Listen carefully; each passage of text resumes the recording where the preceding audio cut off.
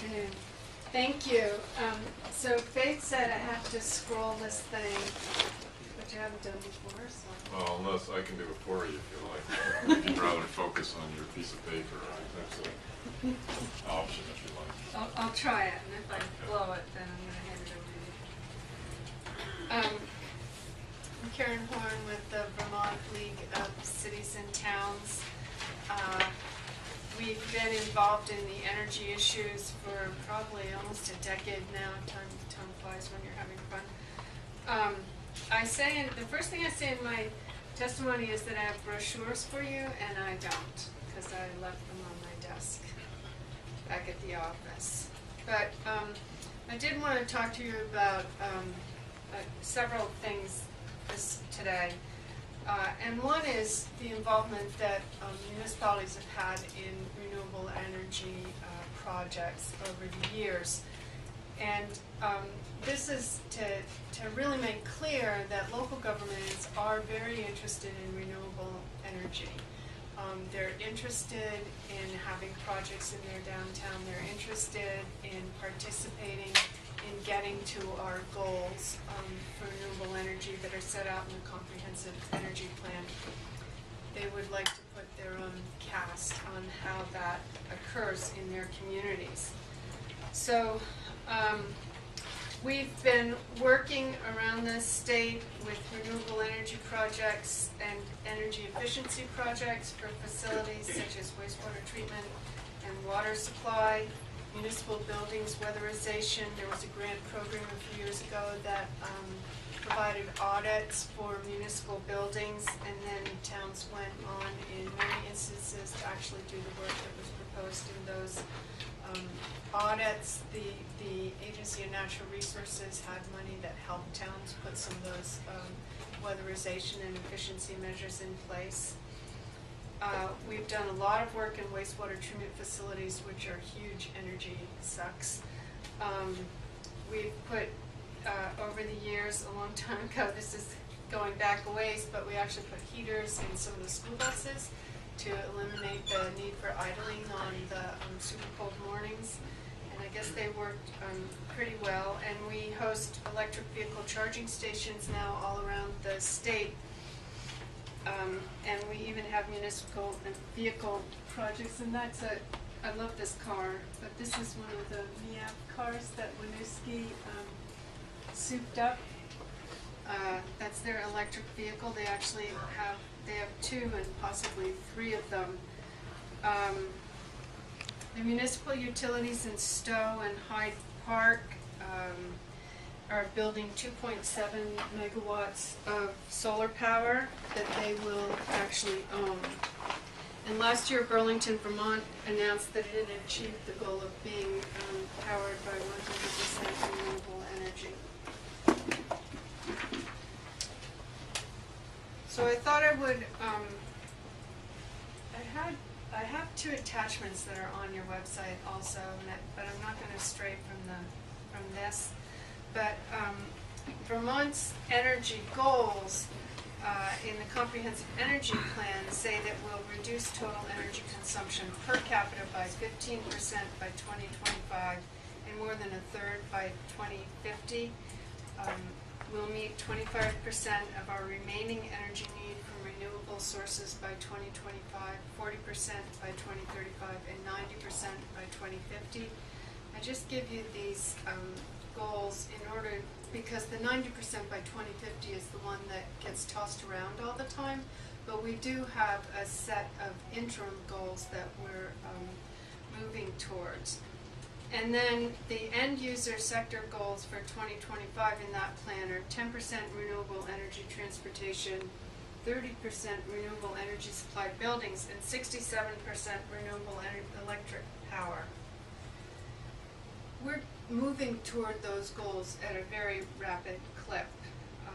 And one of the, Faith, is it possible to put that map up? I'll show you how you can do that. Sorry. It is possible. But Just I'll really. help you. Which one? This one? The map, yeah. There you go. Oh, thank you. Look at that. That's awesome. So, We're the technology. yeah. So this is a We map. say like this. This is a map that's off the community energy dashboard that was put together by the Energy Action Network. And the whole Energy Action dashboard is really an amazing resource for local governments and for individuals. You can click on your town. You can't do it here because this is a screenshot, but you can go onto their website and click on your town and see how much solar, wind, biomass, anything that they have in town. Individuals can actually load up what they're doing in their community, so you get sort of a running tally of how many solar panels are in your community, who's put up rooftop, who's switched out their shower heads, all that kind of thing. It's a really good resource. I don't think I took the, oh, that way. Yeah. So, yeah, you've got solar, wind, hydro, anaerobic digesters, there's a few of them, biomass electricity, and landfill, which is methane gas. The Moortown landfill, for instance, has methane gas capture there. So, in one respect, Vermont's making tremendous progress. However, one of the most problematic issues has been the standing of municipalities in proceedings to permit siting of renewable energy facilities. We agreed last year to the planning provisions of Act 174 with great trepidation.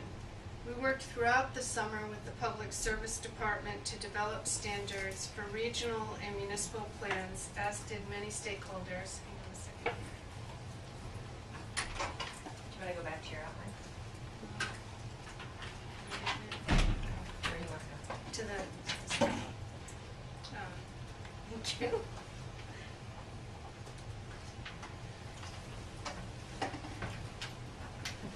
And there were a number of stakeholders that participated in that process. The Public Service Department had a couple of pretty well-attended meetings around the standards that they were going to develop for regional and municipal plans. Unfortunately, from our point of view, many of our recommendations to make the standards simple and clear were not followed in the development of the energy standards.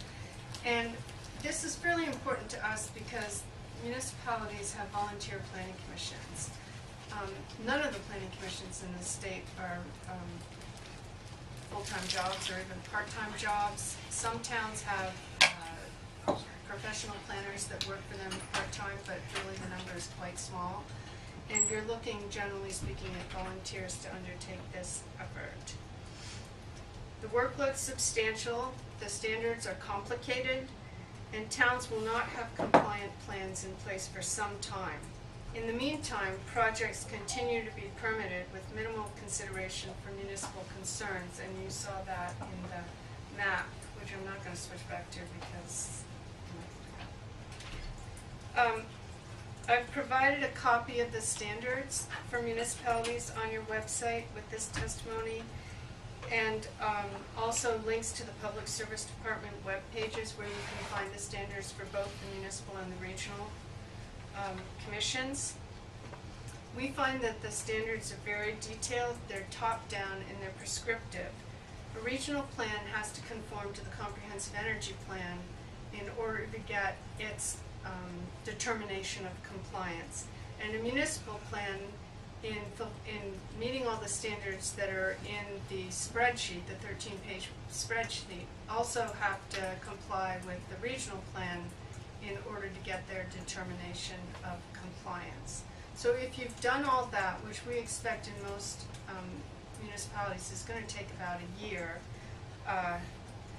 then you're going to get the determination of compliance from the Public Service Department, and when a case comes up that's in your community before the Public Service Board, the Public Service Board will have to give you substantial deference in that process. The regional plan has to address all renewable energy technologies. There's not an opportunity to say that a specific technology such as wind, we'll take wind because that's the most controversial one right now, there's no opportunity to say that that might be inappropriate for an area.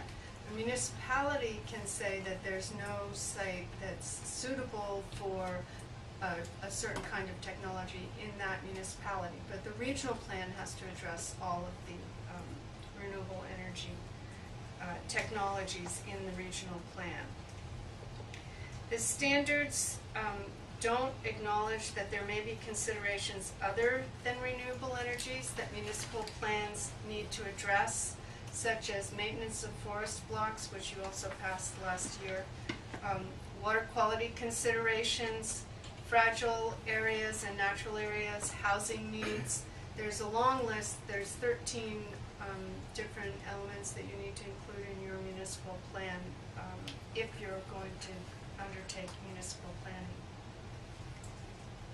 So I'm happy to take questions before or after. Oh, yes. Sorry. I'm not a good multitasker. I can scroll. I do it for a lot of it's part of my service here. She wanted the map earlier, so be ready to move to that. I go for the map. Oh, you're scroll only, huh? Yeah. So if you're going to delve into this issue a lot more, we do have a few recommendations for action with respect to Act 174. We think that these standards should at the very least allow regions and municipalities to make a determination that parts of their region are not suitable for a specific technology.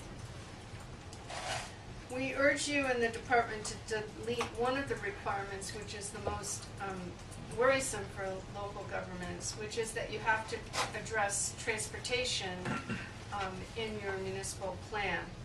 And that involves things like carpooling and making communities more dense so that so they're walkable and you don't have to drive cars. It looks at electric vehicles, it looks at air quality issues, which are really, none of them are limited to just the boundaries of a particular municipality. And even the Agency of Transportation last summer argued that transportation was an issue that should be addressed at the state or the regional level, but really didn't make sense to be addressed at the municipal level. And then we believe that in the interim period, as towns and regions are developing their plans, the Public Service Board should accord the municipal plans that are in place today and have energy components in them today substantial deference during that interim period. I went back and counted on the old website for the Public Service Board this summer and or this fall actually, and between July 1 and November there were 102 renewable energy projects that have been approved at the Public Service Board. So some of those are rooftop solar, they're very small, nobody would object, but some of them are pretty sizable, and we're very concerned that the municipal considerations are not being given sufficient weight. Then we have adopted municipal policy. It's adopted at our annual meeting in October. The way we adopt it is every town has one vote, and we run it from the floor with Robert's rules, the way you do a town meeting. So this is the policy that was adopted around air quality, energy, and as Mr. Whitaker indicated to me, actually nothing about telecommunications, but this is the adopted policy. So I would like to draw your attention particularly to number 5 and 6. And number 5,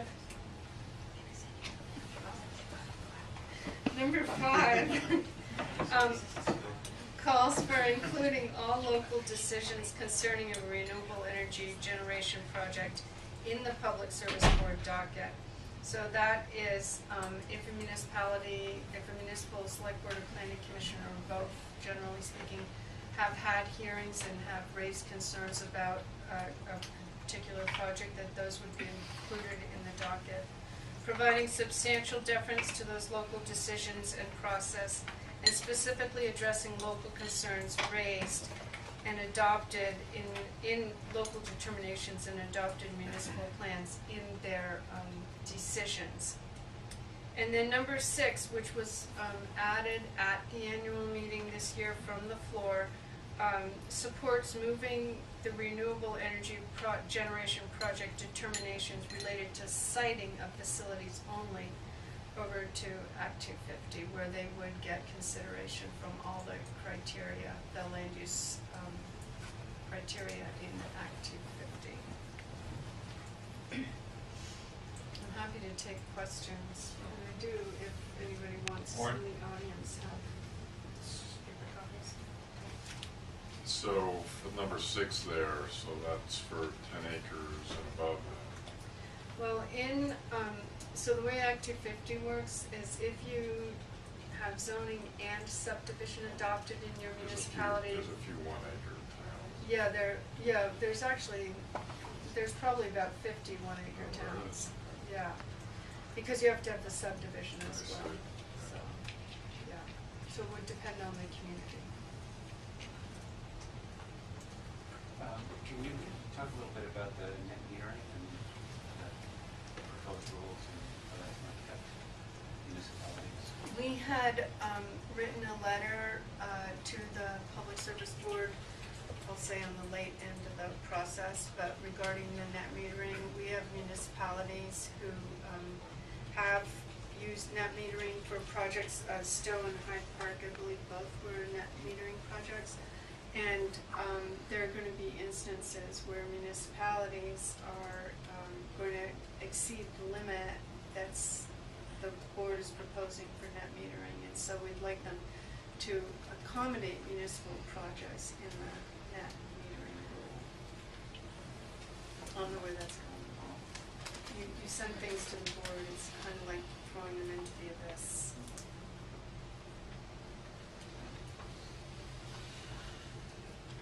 Are there any other questions?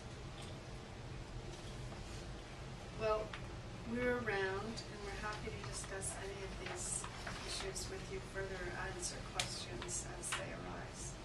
Thank you. All rise. Thank you.